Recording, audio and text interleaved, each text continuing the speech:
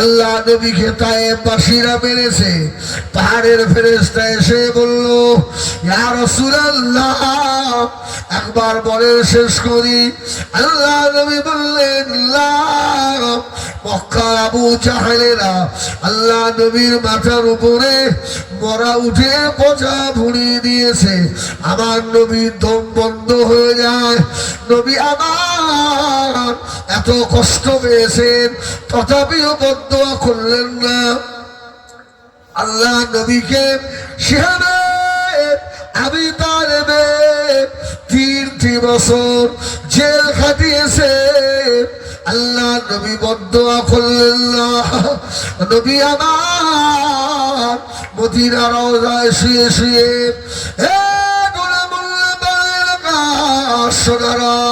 নবী আমার এখনো রওজায় আধারে খানে, আল্লাহ আমার উম্মতের কি হবে, আল্লাহ আল্লাহ আমার উম্মতের কি হবে। আল্লাহ ছেলে যদি মাকে মা বলে না ডাকে, বাপকে বাপ বলে না ডাকে, রেগে গিয়ে অনেক বাপ আছে ছেলে বলে পরিচয় দেয় না। আর তুমি আমার নবীর সুন্নাত গুলোকে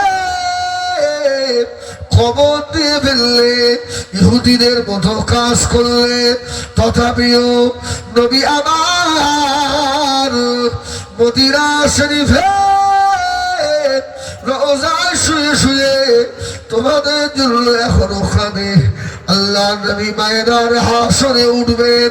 আল্লাহ নবী নূরের বদনে কাদা মাখা অবস্থায় এই আপন হলো আল্লাহ আর আপন আল্লাহ রাসূল, এছাড়া আমার আপনার আপন বলে আর কেউ নাই। হ্যাঁ আমার দিকে এবার তাকবীর দেন, নারায়ে তাকবীর। লাভ দিকে কি হয় বল দেখছি। হ্যাঁ জোরে তাকবীর দিতে হবে। নারায়ে তাকবীর। এই ঠিক আছে, আর কারো লাগবে না। আর যারা আছে বাড়ি ঘুমো হোক হোক। আলহামদুলিল্লাহ। এই রাসূল করিম সাল্লাল্লাহু আলাইহি ওয়াসাল্লাম হুজুরের নকশায় যদি চলতে না পারে, নামাজ হবে তো হুজুরের মতো হবে, কি রোজা হবে তো হুজুরের মতো হবে, দাড়ি রাখবেন তো হুজুরের মতোই রাখবেন। এখন সব দাড়ি দেখেছে, এখান থেকে একটু সব চেঁচে বেড়েছে। তুমি আল্লাহ তো চাপ দাড়ি দিয়েছে, চাপ দাড়িটা আমার গোপ চেঁচে ফেলে ঘুরছে, আসে না পুরো গোপ চেঁচে ফেলে। এইসব মশলা কোথায় হবে?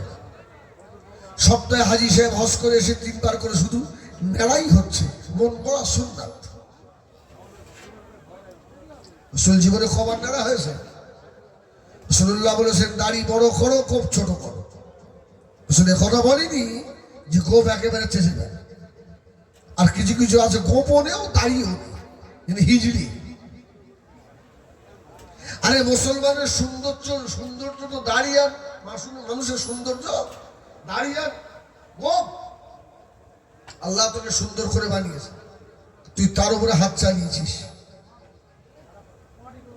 হ্যাঁ মুসলমানের ছেলে বলে চেনা যায় না, ইহুদির বাচ্চা না কাওরার বাচ্চা চেনা মুশকিল বাবা। ও সোনা মালিকেরা মনে ব্যথা নেবেন না।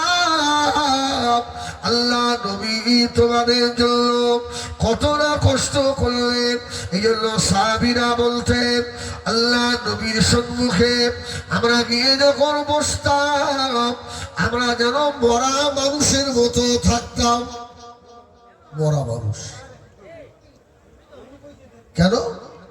মরা মানুষ বললেন কেন?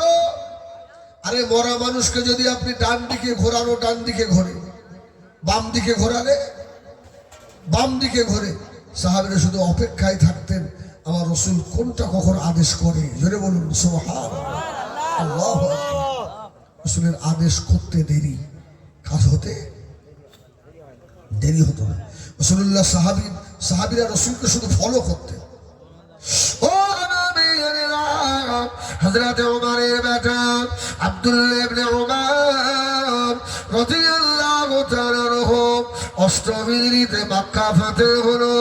এই মক্কা ফাতহের পরে একদিন হযরত আব্দুল্লাহ ইবনে ওমর আল্লাহ নবী কিছু আসহাবে কিরামদেরকে নিয়ে মদিনা থেকে মক্কা রাস্তা রওনা হলেন।